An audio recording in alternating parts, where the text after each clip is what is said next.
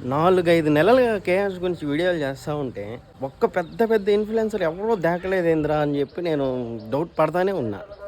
And రెండో విషయం నా కామెంట్ బాక్స్‌నైతే ఈ మధ్య నింపి పడేసిండ్రు.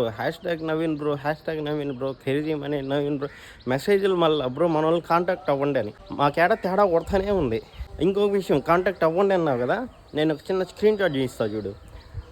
నవీన్ బ్రోకి నేను మెసేజ్ చేస్తే రిప్లై ఇచ్చిండు. చాలా మెసేజ్ల తర్వాత రిప్లై ఇస్తే ఏమన్నాడు, పేరెంట్స్ సపోర్ట్ చేయట్లేదు బ్రో మనకి అన్నాడు. ఇంకంతే.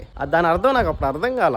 ఈరోజు అర్థం అవుతుంది. నిజాయితీగా ముందుకు వచ్చి ఆ పిల్లల కోసం డబ్బులు కలెక్ట్ చేసే ప్రతి ఒక్కడి మీద నిందపడేటట్టు చేసేసినావు బ్రో నువ్వు. ఎంత దారుణం అంటే ఇది. నువ్వే డబ్బులు ఇచ్చి, నువ్వే పెద్ద పెద్ద ఇన్ఫ్లుయెన్సర్లను పంపించి, నువ్వే వీడియోలు చేపించి, నువ్వే వైరల్ చేపించి, దీనికి అంతటికీ కాస్ట్ 50 లక్షలు. బాబోయ్, అసలు ఎలాంటి పని పాట లేకుండా ఇంట్లో కూర్చొని బతికేయచ్చు బ్రో.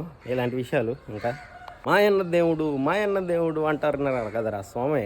ఒక్కసారి నిజంగా ఒకసారి పోయి చూడండి, తెలుసుకోండి. ఎప్పటికి కూడా నిజానిజాలు బయటపడకుండా ఉండాలని పేరెంట్స్ చెప్తున్నారు అక్కడ ఎంతెంత మేము ఇచ్చాము అనేది. ఇంక పోతే మన మనీ బ్రో, అది స్క్రిప్టెడ్ అన్నాడు కదా.